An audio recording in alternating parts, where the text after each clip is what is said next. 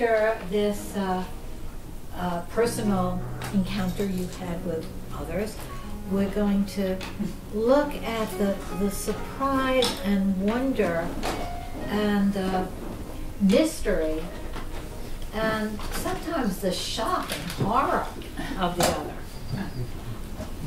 other. This workshop isn't really about the love that we have for our others that we sort of take for granted and are warmed by every day, but those moments of encountering, oh my God, this person that I've lived with for 30 years is like that? Or the other side, like how could they do that? Or the other side, wow, look at that. And we can have that response, that surprise response for people we're very close to. Really? Or, no, you don't think so?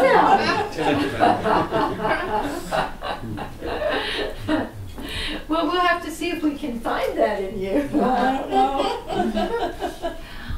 And we can have that with people that we see on the subway that really surprise us. I love those shows. I don't know if you watch them. Those shows of what is it called? Mob. Where there's a shopping mall, and then all of a sudden people will start singing. Flash mob, yes. And it capitalizes on that sense of absolute surprise that you never know. Of course, that's staged, but when we open our eyes to the wonder of the other, it's all around us. In every place we look, we are really surprised because we're all so complicated, and within each of us there are generations, like Liz looking for her children in her face. And so we take each other for granted really more as a kind of protection in a way. We want to see what we expect. And it's very comforting to feel like, oh, I know that person through and through. Many times parents will think they really know their children, and their children will think, my mother doesn't know me, or my close other doesn't know me. So we're going to get in touch with that sense of the difference and the sense of being able to be stretched by these differences rather than closing them off, and being open to the wonder of these differences. So I'm going to invite you to turn your attention inside again. And with the soothing of the faces that was kind of a very gentle way of dealing with this challenge, we can open ourselves to some experience that we've had of surprise of the other. And we're going to do this twice. First, we're going to do the surprise that delighted us or inspired us. And then later we'll do the surprise that disturbed us. But first we're going to feed on, be nurtured by an experience of the surprise of the other that took us aback, shook us awake, but in some way that we was, wow, that could be like that. Might have been a tiny little incident on the street, or it could have been a member of your family that really surprised you. Or maybe it could be something in yourself, because we're also talking about ourselves as the other. That you were really surprised that you said or did or experienced something that you would think wasn't like you at all.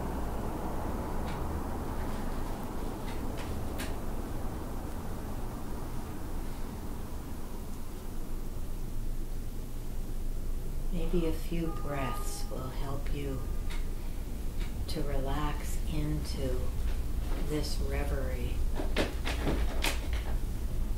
of surprise.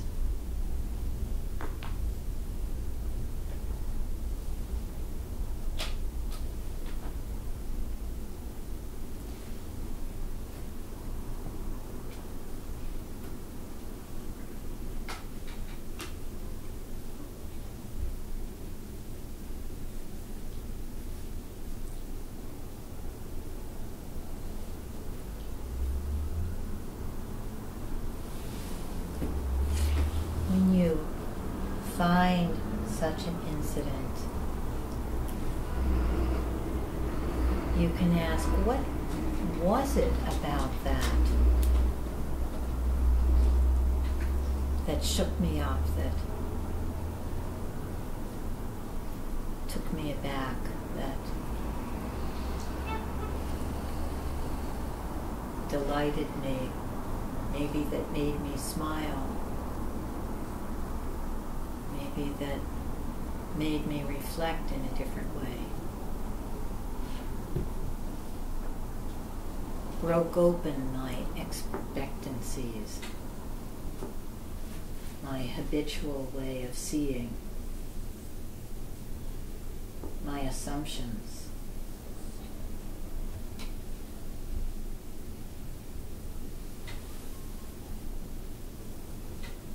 A true encounter with the other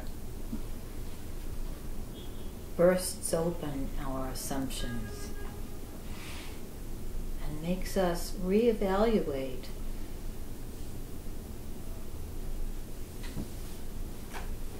our expectancies and our worldview.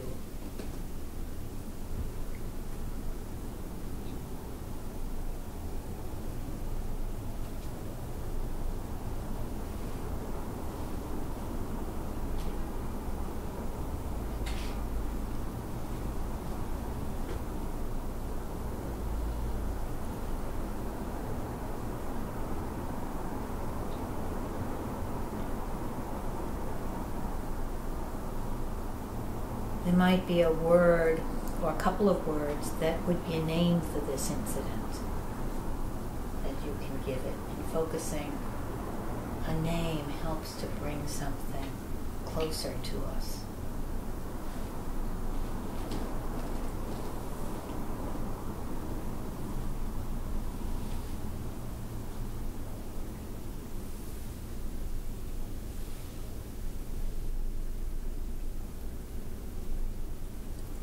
When you have a name, you can slowly come back to the group.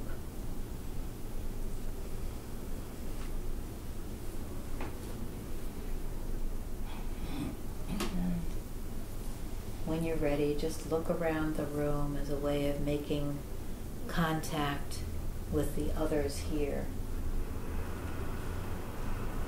In that way that Ayana talked about.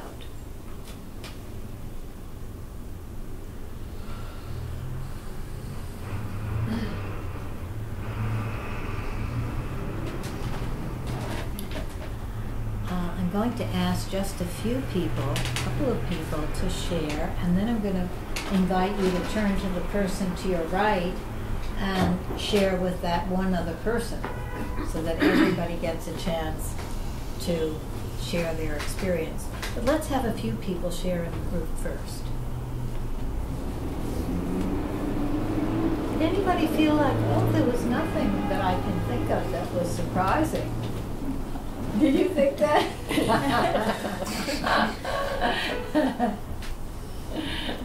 I could share. Yes. What came up for me immediately was I've been very very much pained by the homelessness in New York. I work on 23rd Street, and I've seen a lot of homeless people in the street.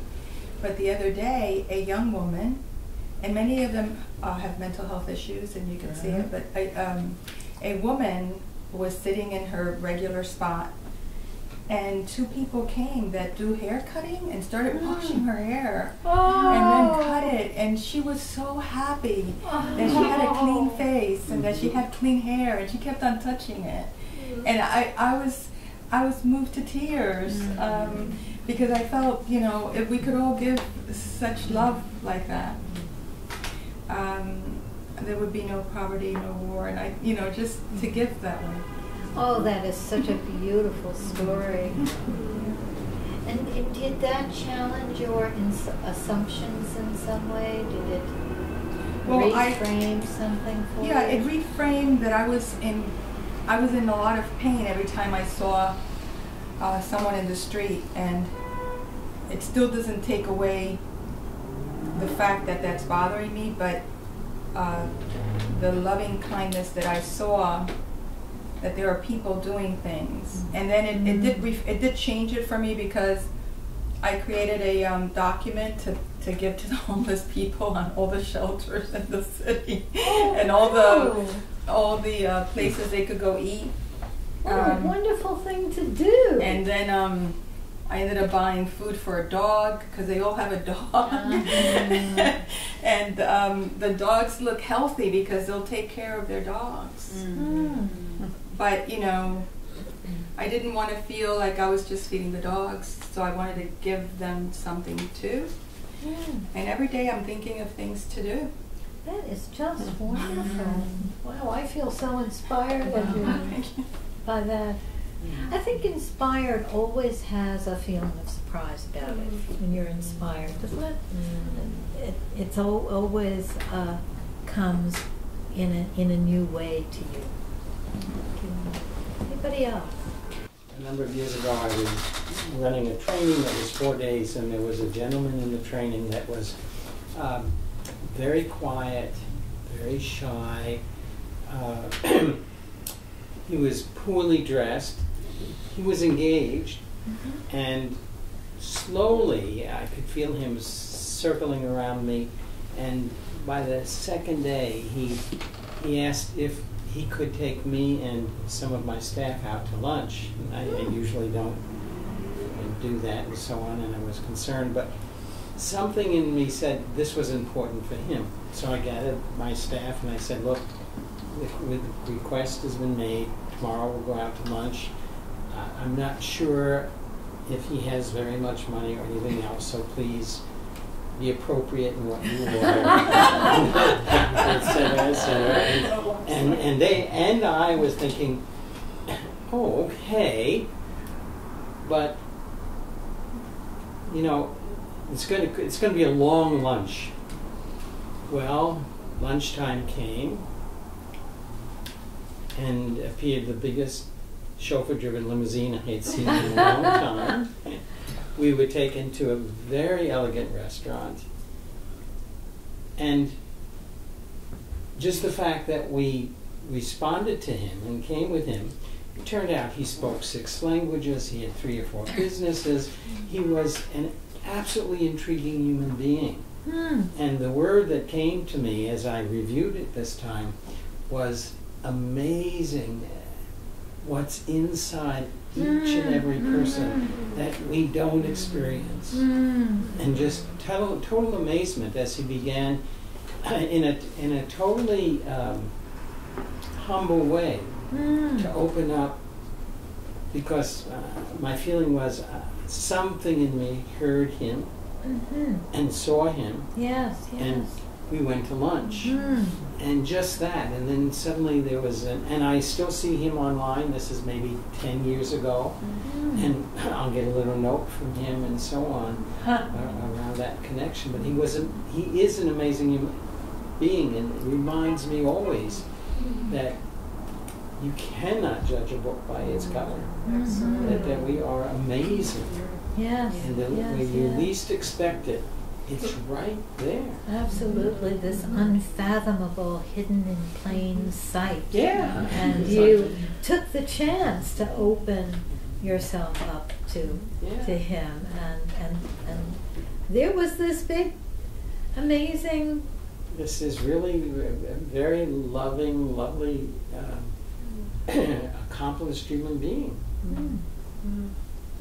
That will teach us to put people in categories. How many lunches have we had? So, why don't you turn to the person to Shall I? Because if you turn to the Turn right, to the right. we will. Yes, thank you.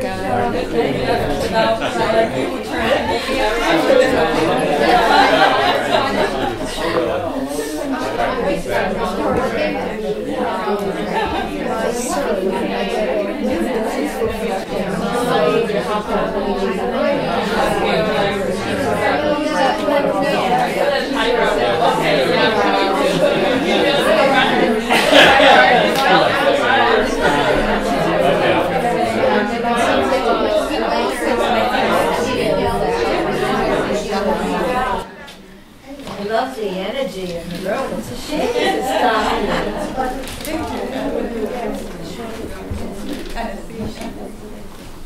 Especially since you've been enjoying yourself, and now I'm going to torture you. We've been leading up to this moment of torture. There's a surprise. No, it's not a surprise. No. The moment Not? of torture Really? is inevitable. There's a downside to encountering the other, isn't there? For the last 5 months, we've all been living in torture. Oh, absolutely. Absolutely. And that the feeling for many of us of, oh my God, how could they do that? Or how could this be? That sense of, this can't happen. Right. So we can have that experience of that oh my God experience of having our expectancies shattered in both positive ways and negative ways, and on all different levels of experience. And although I would love to just have a lovely, gentle, and inspiring evening, I think we need to be able to build the strength and the stamina to look at those moments when we're caught up short and astounded by the other. Like, what? And this can happen on many, many levels, right? And so, are you ready for that moment? No. We have our, no, Jean isn't ready. We're going to wait for Jean. We're going to gather all of our community support and caring and I just all have of to this. give you I don't want to spoil the mood, brief background. I grew up where every surprise was a trauma, so I don't welcome surprises. Oh, I understand. But this, you've been prepared for this one, because we've been sort of preparing you all along, right? You think? Yes. Go ahead. I can take it. I quoted Sartre saying, "Hell is other people." That was a foreshadowing. And there was this other poem by I've forgotten his name right now, but it's famous. What monster slouches toward Bethlehem? Oh. Yates. Yates. Yes. Yeah. Yes. Yes. Okay. But with the breath that we're taking, let's take some breath into the sense that it is through this encounter with otherness that we grow. Sometimes when our assumptions and expectations are shattered, something new comes in us. And I think that can happen maybe even on a communal level, that something new will emerge. There's something about allowing ourselves to be shaken, allowing ourselves to be broken open.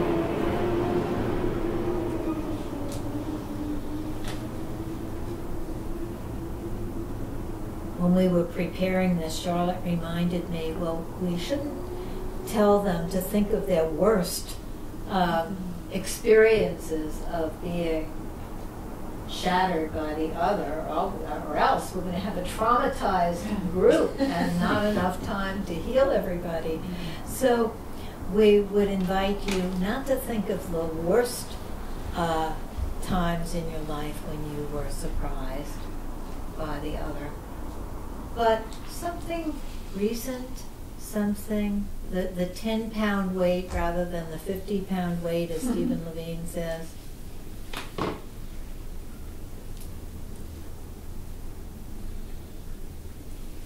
Something that took you by surprise in an uncomfortable way, but we don't want to send you to the place where you were feeling devastated.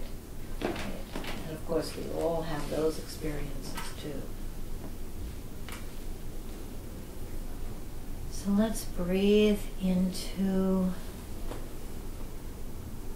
that place in ourselves that can be open to all of our experiences,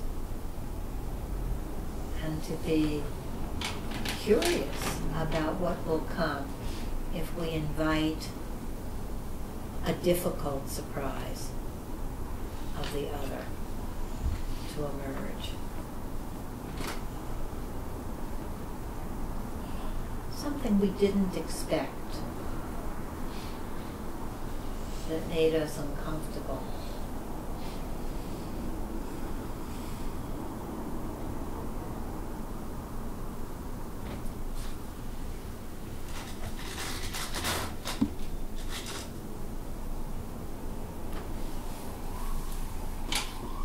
And there may be more than one that arises in you, but pick one that has a little bit of interest in it.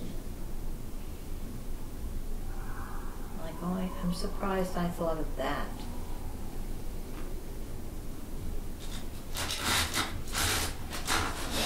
And let yourself relive that experience for a minute. The feeling of the difficult surprise. And what was surprising about it?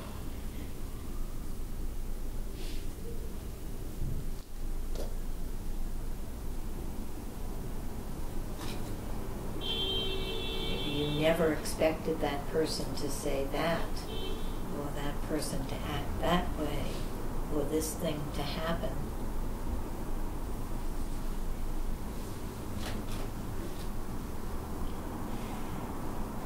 And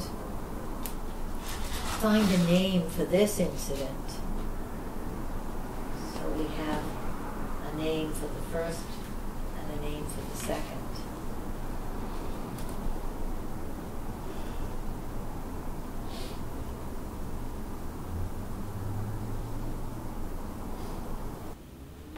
Yeah, go ahead.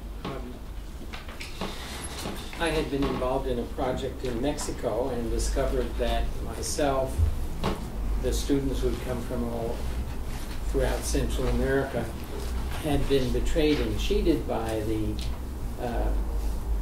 training group that had been set up, that the money had been stolen, that it wasn't what it was supposed to be. When I discovered it, I with the students involved, confronted the people who had done this. And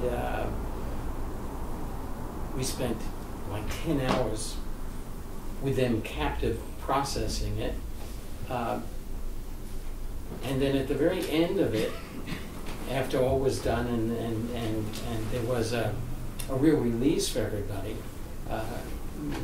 the women who had been in the training turned to me and they said, "And now you." And of course I was feeling like I had just ridden the white horse and saved everybody. And they said, "Now we've got to tell you what we think about you." And it was such a shock. And they said, though all the meetings and everything took place late at night and in Spanish when you were tired and etc., and they meant to deceive you, you had to know somewhere what was happening. Oh my goodness. And you didn't have proof, but you waited months to speak up. When you know the truth, speak up. You don't need proof, you just need the truth. And I remember when I revisited this, feeling humbled by what they said. It was, they were better. It was before I knew focusing, before they knew focusing, but I think they knew focusing. Yeah. And what emerged was, what a loving message they gave me. That it was out of love that they confronted me. Wow. And said, you knew, the essence of you knew that this was wrong, and you collected proof. And you don't need that when you know it's so wrong. Right. It was a very loving message, but I remember I can still feel a little semi-shock in the body. Sure. Yeah. And then you're going to turn on me. They didn't turn on me. They just told me what I needed to hear. Yes. Yeah. And that hope, or that promise that if we allow ourselves to be sort of broken open in some kind of way, that there's a larger self there, and that's certainly happened with you.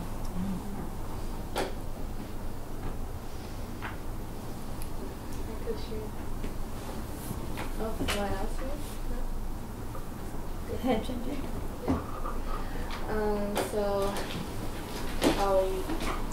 one day when I walked out of a subway station, and someone was asking another person for money, he said that his daughter is giving birth in the hospital, and he drove all the way from Boston, but his car was dragged away because he put the wrong place, and his purse was inside, and he was really in a hurry to see her daughter and the newborn and want to get them back to somewhere, and the person walk away and I saw him so disappointed and sadness, and when I walk close, I'm like, I don't have much money, but I'm like, okay, just listen to him, see what I can help. And I asked him how much do you need? He said, yeah, I can just get a subway car, but I want to pick them out of the hospital, so I really want to take a taxi for them. I'm like, okay, I only have 30 in my purse, the cash, I give all to him. And he was so touched and hugged me, so you're my angel. And I felt super good, even though I'm hiding money myself. I feel so generous. And that was a good memory. But then maybe a week later, when I walked out of the same subway station, he was telling the same story to me. Oh dear! I felt angry about myself because my parents always say that I'm so easy to trust people. And so not mature and and not taking care of myself. Because I'm in order to save the subway car money, I take the school bus, waiting the winter in the wind for maybe 20 minutes. So I feel that's a heaviness, you take my money. But I didn't see anything, I just walked by. I think he didn't even recognize me. And I felt that's should I really trust people? But just, but then I reflect back, I think it's more for me to grow, in a way.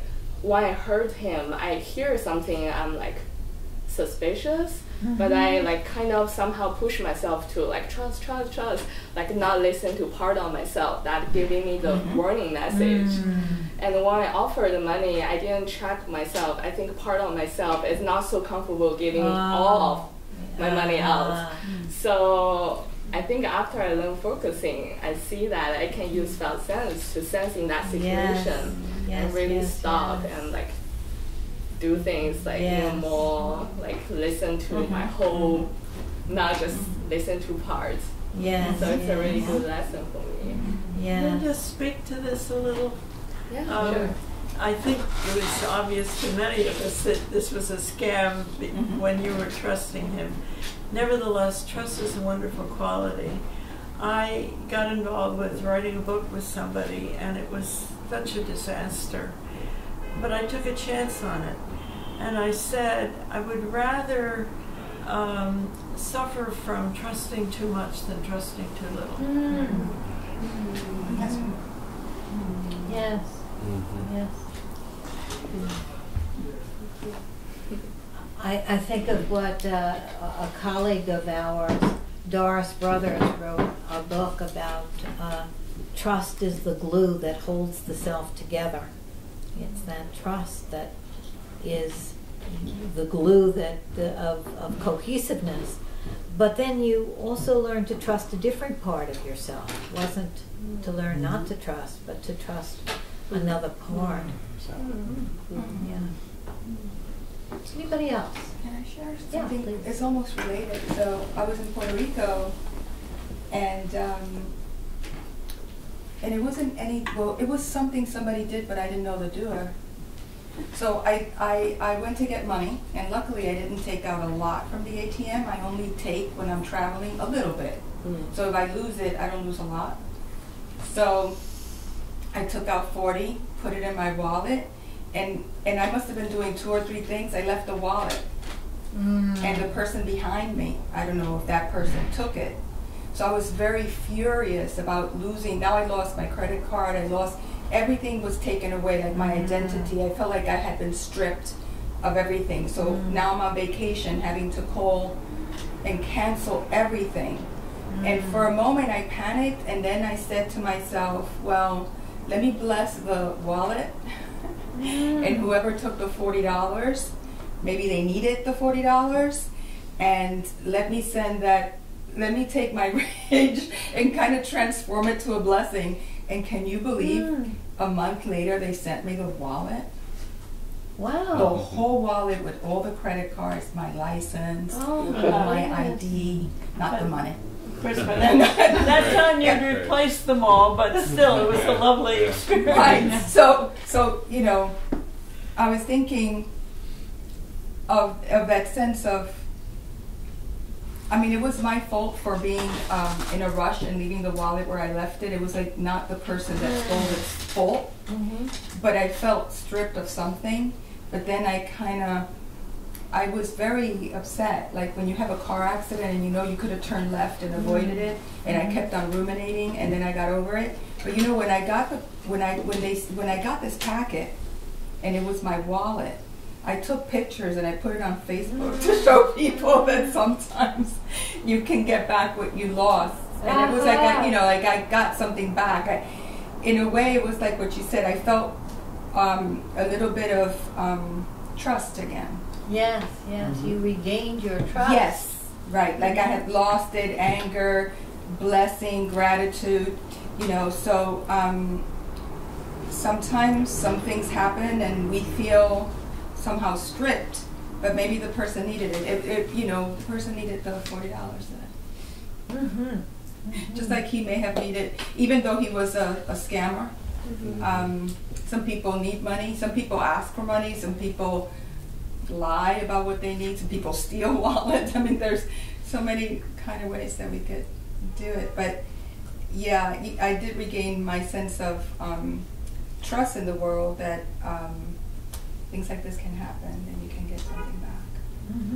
There's some kind of process there about when we have that sense of negative surprise, there's a loss of trust, and then there's some process by which we have to rebuild, regain, reestablish trust maybe in a new way. And there's some kind of growth or enlargement of ourselves that has to happen in order for us to reconnect with our trust in a different way. It's a less naive trust after that. The trust after betrayal has a different nature to it. But I would love to hear everybody more, but I think we're going to go give you some pointers about building an empathic bridge when there's a gulf between you. I mean, most of the things that we shared were about incidents with strangers, but many of the kind of negative surprises that we experience are with the people that are closest to us. Mm-hmm. And we're surprised that they did this, that they sounded like that they said this. And we get the most hurt from the people that are in our lives. And when we have a situation where this gulf appears between us, there has to be some steps, some tools, some way of regaining an empathic bridge. If you can picture that metaphor of this gulf opening up and then needing to build a bridge. And that can be the most complicated, difficult, mysterious thing of all, how we get to that place. And Charlotte and I do a lot of teaching and workshops with therapists about what to do when that happens in therapy, when some gulf opens up and we have to rebuild our empathic bridge. So we're going to give you some points, and I'm going to just pass these around. These aren't going to give you all the things about it that we'll say, and they have to be brief because our time is disappearing. But it may be that a few people might have to share because more people came than we expected. So yes, so Lynn and I came up with some steps to building this empathic bridge. And one of the first steps is what happens when you can't form an empathic bridge. Even if you can't form an empathic bridge, maybe you can be curious. So being curious is this whole big thing. Again, being curious isn't easy, and we'll be doing some more about developing curiosity in our next workshop. But curiosity can be a stepping stone to an empathic bridge. It's like you need just a little bit of openness for the more to come. And you might not be able to be empathic, but the curiosity, it could be, like with someone, how the hell could they be like this, as you were saying then. But you could, with like a turn of curiosity, you could wonder like, well, how could they be like this? Like how, that's so puzzling, how could they be like this? And it's not only actually curiosity about the other, but it's curiosity also about your own reaction. There could be curiosity about your own response. Like somebody may do something which is kind of upsetting, but your own response is so big. It's like it's a wondering there. So curiosity is a big one. Okay. The next one, we're just going to say these and then we'll work with them a little bit. The next one is finding the right distance, and this is a concept in focusing that is so helpful in lots of things. And the idea is that we can't really carry something forward if we're so in it that we're drowning in it. And we can't also really approach it if we're distant and we're turning it off or turning it away. We have to find that right distance for something. And I think, Kim, you got that right distance from our doing that together. You backed up a little bit, and then you could have a softening around it and approach it a little bit differently.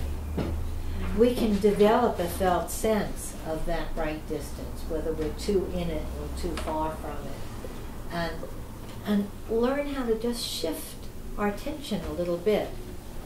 There's this statement about striking while the iron is cold, which I always like. We can't in the heat of an argument, in the heat of our reaction, there is going to be no empathic bridge built. And this is in the political situation too.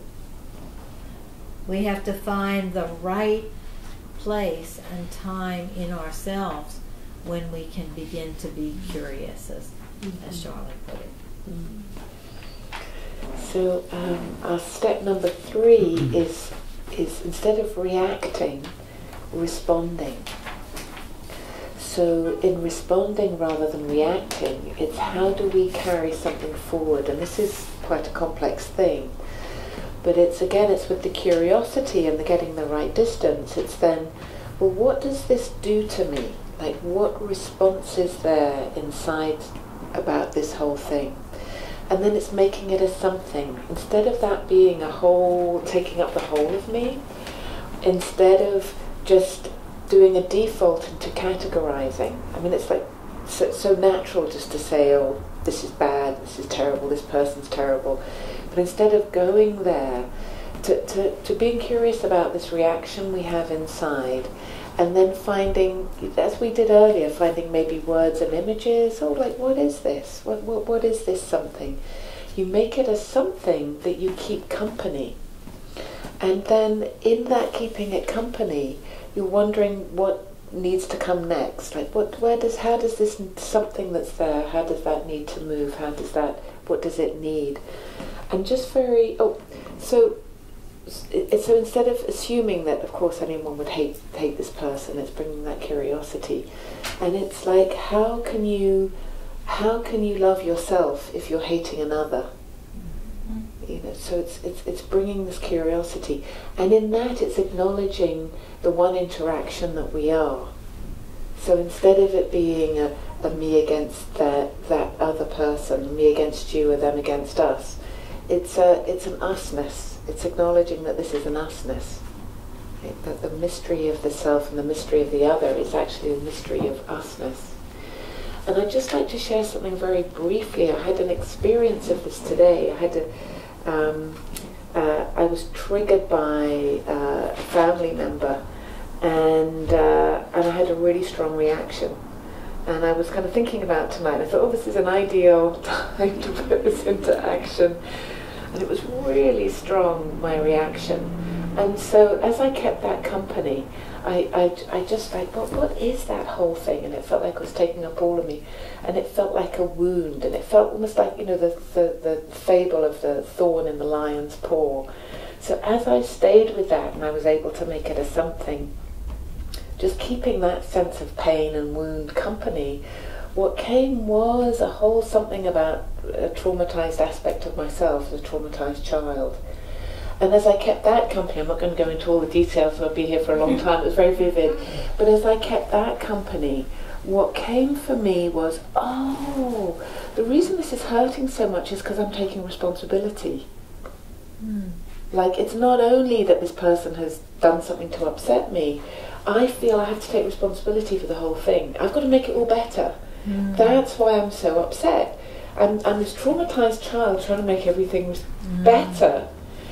Oh, so there was a real aha there. And as I kept that company, I really had this sense of an unfurling, like this little child was so bunched up that it could very naturally, it started to uncurl and unfurl, and the whole thing shifted. I had all this space. And then from that place, I could then start to relate to the traumatized child in the other. Oh, yeah, they have their traumatized child. And of course you can think about that conceptually, but when you're actually in it, oh yeah, there's their traumatized child. So it's like an almost slowing down and keeping myself company and being curious and getting the right distance and carrying that forward. There was a whole shift that then, just like you were saying, Kim, about acknowledging your own part, then it's like you can connect with the other and what's going on for the other. And then could be another whole step of connecting with the we that we are. That would be another whole thing. But already so much came. Anyway, I just wanted to bring that example in because carrying something forward is a complex, difficult concept. So just give What it I a- noticed about it was that you were building the empathic bridge to yourself. Yes, And you're the other also that was hurt, the traumatized child. absolutely. And that opened it up to be with the other. Yes, because my initial response was, oh my God, but you're so overreacting. Get a grip on yourself. You know, even though I do all this work, that was my initial response. Yeah. That sense of first bringing the empathy to yourself and being on your own side, like Jinjing was tempted to say, "Oh, my mother is right. I trust people too much, and it's my fault," or and you were thinking it's your fault. That instinct to blame yourself when you're hurt, but then pulling back from that and being on your own side and feeling into yourself first is very important. And your story was a good example of that. And the next one we have is making I statements and we statements in this, when this gulf opens up. And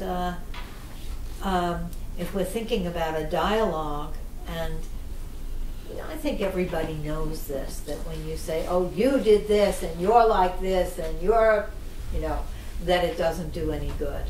And that if we can say, I feel this, or I need this, or I'm upset by this, that it makes it much better. But I think that we can learn that, but the attitude of it is a little bit more subtle. For me to put my attention back on, oh, I'm feeling this, I'm needing this, or we are in this pickle.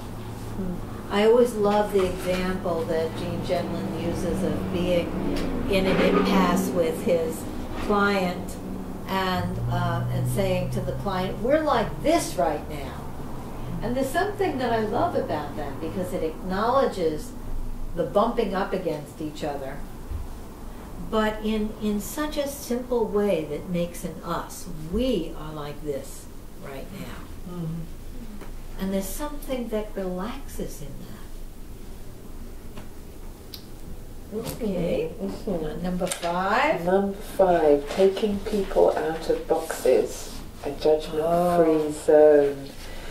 And again, it's so automatic and reflexive when we feel like attacked or offended or threatened to label the other, and that's very reflexive for me. And so it's just to notice that and to try and take people out of that box. Because the thing is, it's like we put someone in a cage to protect ourselves, the cage of the label. But in that we also put ourselves in a cage. Like if someone's a that, then we end up being a this. If we objectify somebody else, we objectify ourselves. And so it's not that categorizing people like a narcissist or a borderline or whatever label we might have, that there's a place for categories. It can point to a way that another is differently organized from oneself. But to use them in a closed way and in a way that just flattens everything out and labels somebody, it's a real kind of focusing move to be able to try and just take them out of that box and hold them in that awe and the mystery of the otherness that we were connecting with earlier. Even our awful people have this otherness, this kind of mystery and awe about them. And so I actually was just wondering if for a moment we could just experiment with that a little. Just for a minute or two. Maybe just taking a moment to kind of settle inside and take a breath or two and turning your attention inwards and just remembering maybe the interaction or the person that you were thinking about in the exercise, or it could be somebody else, but someone who you've had trouble with and who there may have been like a labeling went with that.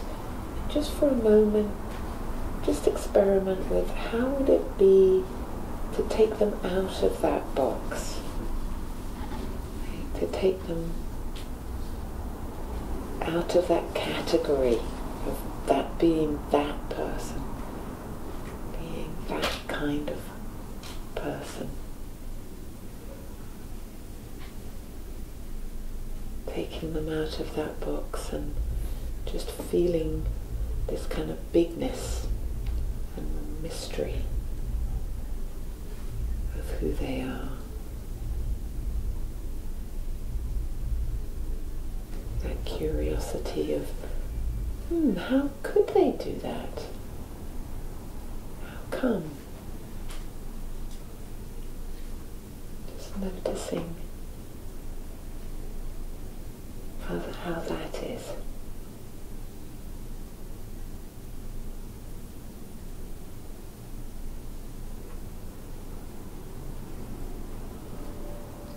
And are there any surprises there? May not be.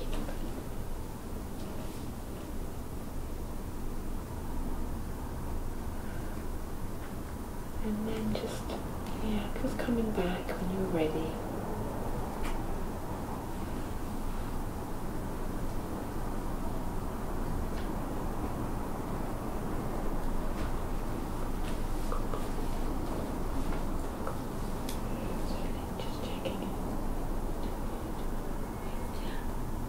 Just hear from people.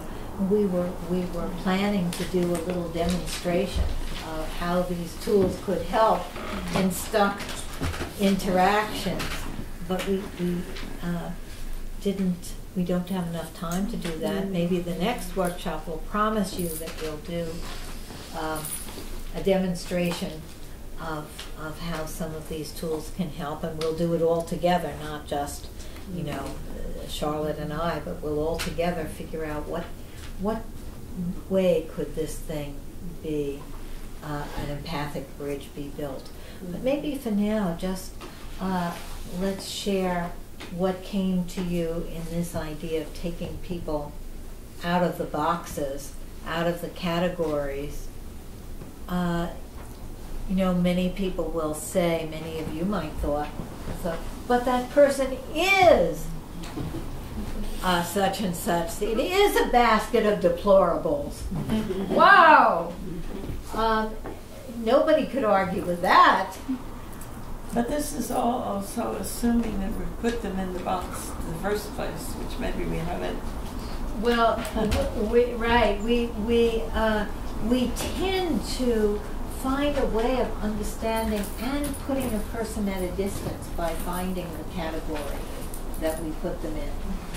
Those people are like that, and whatever that is. But maybe they are. But maybe they're much more than that. I agree. I put somebody in a box recently, and I was very surprised.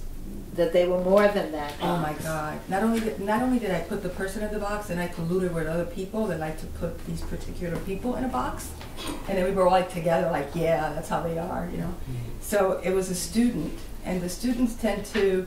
I teach in a school that caters to students that work full time, so I work at night. I teach at night, so the students can never make any appointment with me, and we get very frustrated because we need them to see us.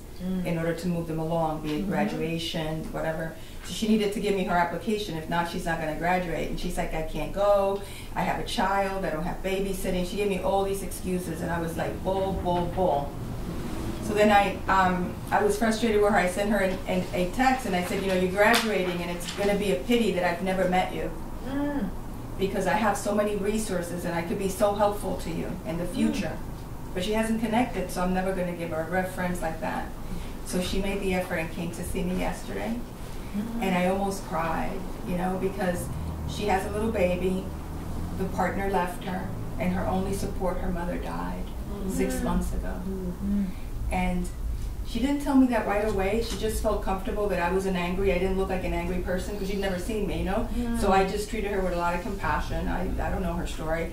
And suddenly she softened and said to me, it's been hard for me.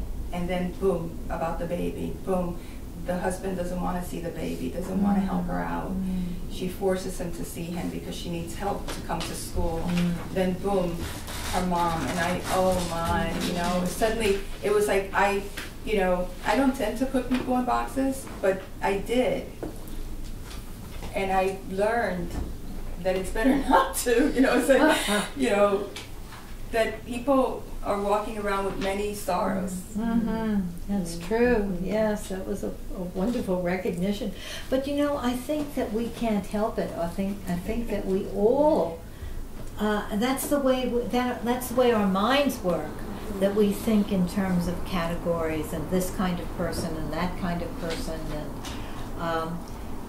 and then we have to take ourselves back from that and look at the more of it than that. Yes. But I think that we can't help, some of us anyway, can't help but do that. We try to make order of our universe that way. And then maybe that says some truth, but then we have to go beyond that. We've got 5 more minutes. We have 5 more minutes. I think we need a closing from you. Okay. So, if it's not too late in the evening, if we could just go inside one more time, just as we're just closing for today, and just to check inside about, you know, all that's come this evening, like all the sharing, and as you touch in there, just seeing if maybe there's a word or two, or there may be a whole lot there. If there's like a sentence or a word or two come about tonight, what you've got from tonight, what you're taking away, or what struck you. Kind of noticing.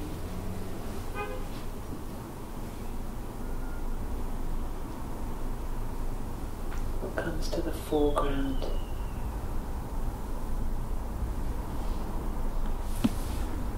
And then with that, we're just going to go around the room, and please feel free to pass if you want. Just to touch in with everybody, to see what your couple of words, sentences are. So Liz, would you be okay? What that came for me was peace. I think we're going to have to go quite quickly, so that will be, we only have 2 more minutes, so. Peace, pass. Listen. Mine is fresh, Ah. immovable, connection. I had an image of a beautiful peacock, Grace. Grace. Yes. Wanting more. It takes work, patience, and pause to dig deep.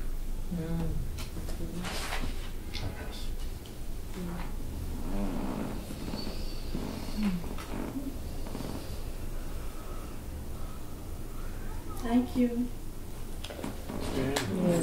Thank you so much for coming. Really enjoyed tonight. Thank you. It really gave us a lot. Yes? Go ahead. Yeah, I think Maria is big.